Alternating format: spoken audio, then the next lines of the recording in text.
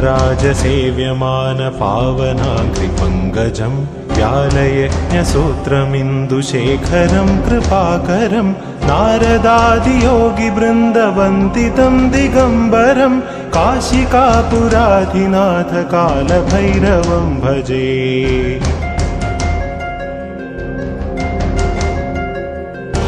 कोटिभास्वरं भवाब्धितारकं परं नीलकण्ठमीप्सितार्थदायकं त्रिलोचनं कालकालमम्बुजाक्षमक्षशूलमक्षरं काशिकापुराधिनाथ कालभैरवं भजे। शूलटङ्कपाशदण्डपाणिमादिकारणं श्यामकायमादिदेवमक्षरं निरामयं भीमविक्रमं प्रभुं विचित्रताण्डवप्रियं काशिकापुराधिनाथ कालभैरवं भजे।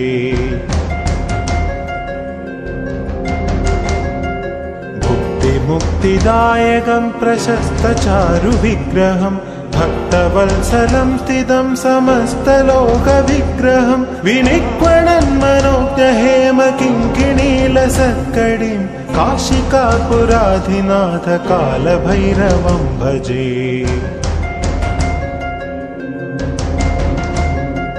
धर्मसेतुपालकं त्वधर्ममार्गनाशकं कर्मपाशमोचकं सुशर्मदायकं विभुं स्वर्णवर्णकेशपाशशोभिताङ्गमण्डलं काशिकापुराधिनाथ कालभैरवं भजे।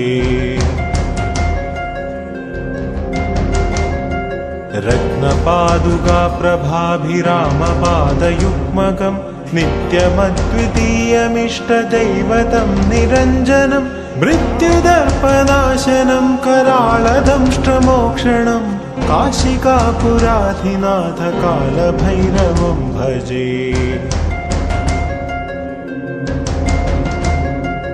अट्टहासभिन्नपद्मजाण्डकोशसन्दतिं दृष्टिपादनष्टपापजालमुग्रशासनम् अष्टसिद्धिदायकं कपालमालिकाधरं काशिकापुराधिनाथ कालभैरवं भजे।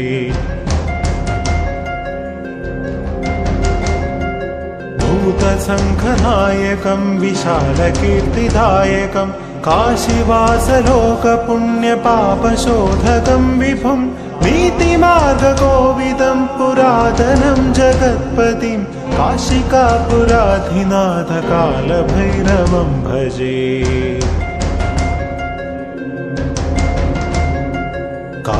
कालभैरवाष्टकं पठन्ति ये मनोहरं ज्ञानमुक्तिसाधनं विचित्रपुण्यवर्धनं शोकमोहदैन्यलोभकोपतापनाशनं ते प्रयान्ति कालभैरवाङ्घ्रिसन्निधिं ध्रुवम्।